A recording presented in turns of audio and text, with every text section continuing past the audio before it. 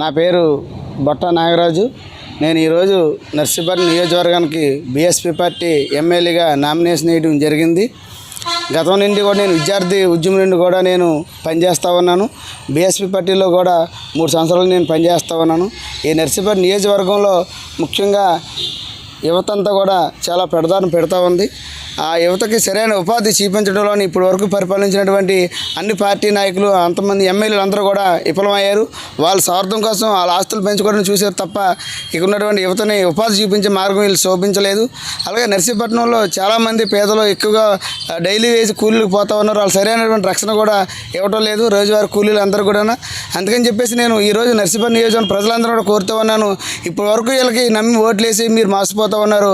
వాళ్ళ ఆస్తులు పెంచుకున్నారు తప్ప ఓట్లు వేసినటువంటి ప్రజలకు ఎటువంటి బెనిఫిట్స్ కానీ ఎటువంటి ఉపాధి కానీ ఎటువంటి బతుకు కూడా మారలేదు. కాబట్టి ఈసారిగా నాకు నర్సీపట్నం ప్రజలందరూ ఏనుగు గుర్తుపై ఓటేసి అత్యంత మేర గెలిపిస్తే నేను అభివృద్ధి అంటే ఏటో, నిరుద్యోగులకు ఉపాధి అంటే ఏటో చూపిస్తాను. అలాగే గతం నుండి ఎప్పటి నుంచో కూడా అక్కడ ఏజెన్సీలో కలపమని ఆదివాసీ గ్రామాల్లో కూడా అడుగుతూ ఉన్నారు. వాళ్ళని కూడా వీళ్ళు 76 సంవత్సరాలు మోసం చేస్తూనే ఉన్నారు. నన్ను గెలిపిస్తే ఆదివాసీ ప్రజలందరినీ కూడా వాళ్ళ 5వ షెడ్యూల్లో చేర్చడానికి నేను ఎంత కృషి చేస్తాను, హామీ ఇస్తానని చెప్పేసి కూడా తెలియజేస్తా ఉన్నాను. ఇప్పుడు వైసీపీ టీడీపీ ప్రధాన పార్టీలతో మీరు పోటీ పడగలరా? డెఫినెట్గా నేను పడతాను. ఎందుకంటే ప్రజలందరూ ఇసుకుపోయినారు. ఇద్దరిని కూడా చూసి వీళ్ళందరూ కూడా ఎలక్షన్ ముందు ఏదో మా తాయిలాలు ఇచ్చి మమ్మల్ని మోసం చేస్తున్నారని చెప్పేసి ఉన్నారు. నిజమైన యువకుల నుంచి రావాలని చెప్పేసి, విద్యార్థి దశ నుంచి రావాలని చెప్పేసి కోరుకుంటున్నారు. ఆ విధంగా నేను అలా నేను ఏదైతే హామీ ఇస్తున్నానో హామీ కూడా నేను నెరవేర్చకపోతే 3 సంవత్సరాలు నేను ఎమ్మెల్యే పదవి రాజీనామా చేస్తానని కూడా చెప్తున్నాను.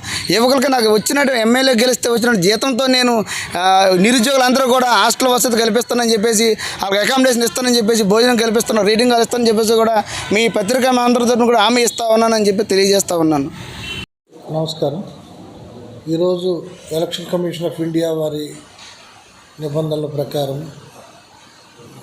మనం పబ్లిక్ నోటీస్ ఫార్మ్ 1 పబ్లిష్ చేశాము ఉదయం 9:30. పబ్లిష్ చేసిన తర్వాత ఈరోజు యాజ్ యూజువల్గా మనకి ఇచ్చిన ఇన్స్ట్రక్షన్ ప్రకారము 11 గంటల నుంచి 3 గంటల వరకు మనం ఇక్కడ నామినేషన్లు తీసుకునే ప్రక్రియను మొదలుపెట్టాము. ఈరోజు 2 నామినేషన్లు వచ్చాయి. ఒకటోది ఇండిపెండెంట్ క్యాండిడేట్ భద్రాచలం అనే వ్యక్తి వేశారు. అండ్ రెండోది బహుజన్ సమాజ్ పార్టీ బొట్ట నాగరాజు వారు వేశారు. ఈ రెండింటిని కూడా మనం తీసుకొని మనకిచ్చిన నిర్దేశాల ప్రకారం సిఇఓ గారికి, ఎలక్షన్ కమిషన్ ఆఫ్ ఇండియా వారికి తెలియజేయడం జరిగింది.